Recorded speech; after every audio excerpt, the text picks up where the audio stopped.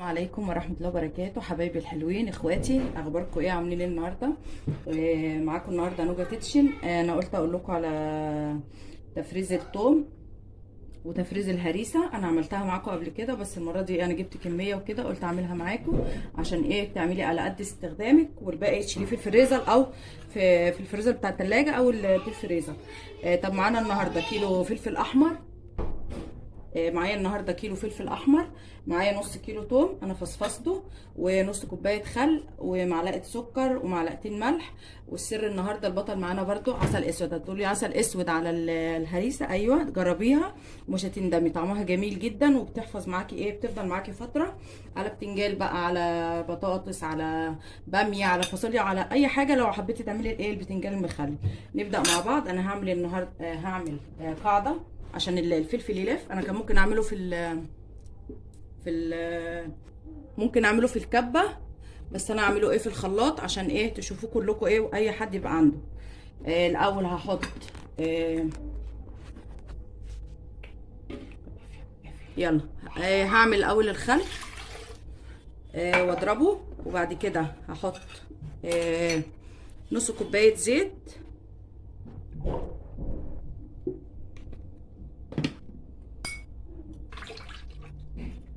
وهبتدي بعد كده ايه هدورها. احط حطيت دلوقتي الثوم يا حبايبي، وحطيت الملح والسكر، وهبتدي اضرب.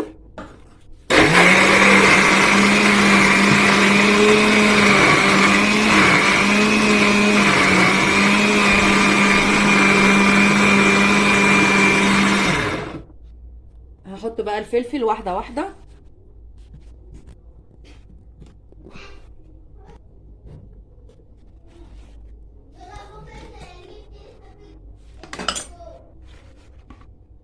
انا نسيت اقول لكم التوم دوت ممكن ان انت زي ما هو كده تعبيه في برطمان او اكياس، وتدخليه الفريزر. وقت ما تعوزي منه بتطلعي قبل الاستعمال ب10 دقايق، وترجعي ترجعي ايه في البرطمان زي ما هو على الرف. او لو عايزه تعمليه في اكياس بلاستيك تبقى فرماه، وبعد كده ايه تدخليه الفريزر، هيقعد معاكي من السنه للسنه.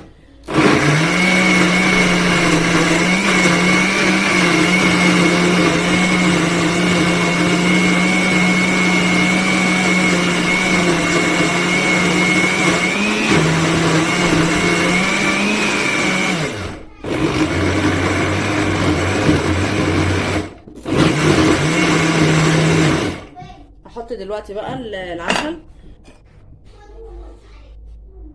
ده كيلو النص ليه معلقه، ده كيلو هعمل له هحط له ايه معلقتين. ودوقي وقولي لي بقى ايه رايك في الطعم بعد ما ايه.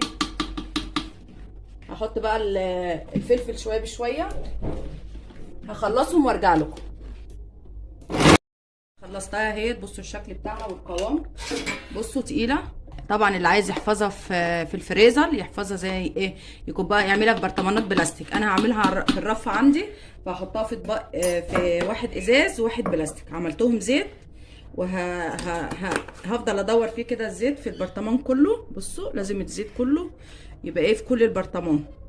ممكن تحطي بلاستيك برطمانات زي ديت في الفريزر، او لو عايزه تحتفظي بيها على الرف لازم الزيت ايه كده، على اساس ما يدخلوش اي عفن او اي حاجه وتبوظ مني.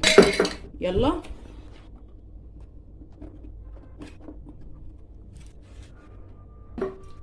دي يا حبايبي على ضمانتي، جربوها. دي انا على طول بعملها بقالي سنه اهوت الطريقه ديت، وجميله جدا في اي اكل على طول على الجاهز. عايزه تعملي سمك، تعملي بتنجان، عايزه تزوديه انت توم بقى زي ما انت عايزه للاكله براحتك. انا عن نفسي كده كميه التوم ديت كويسه بالنسبه لي. كل بقى اكل بتدخل في اي اكل انت حباه. دلوقتي يا حبايبي بصوا الشكل النهائي. طبعا اهيت الهريسه خلصت، بصوا الشكل والطعم، بصوا بصوا التقل اهو. ده اي حاجه بقى داخله معاكي في اي اكل، وزي ما قلت لك لو انت تعمليه في باب الثلاجه تخليه كده زي ما هو، تغطيه وتطلعيه على طول قبل الاستعمال على طول، وتغطي تاني البرطمان. وادي التاني جه معايا الكميه ديت. البتاع دوت كيلو، وده تعتبر كيلو الا ربع. يعني الكيلو هريسه، الكيلو فلفل احمر عمل 2 كيلو الا ربع، مع الثوم طبعا والتوابل اللي انا حطيتها لها.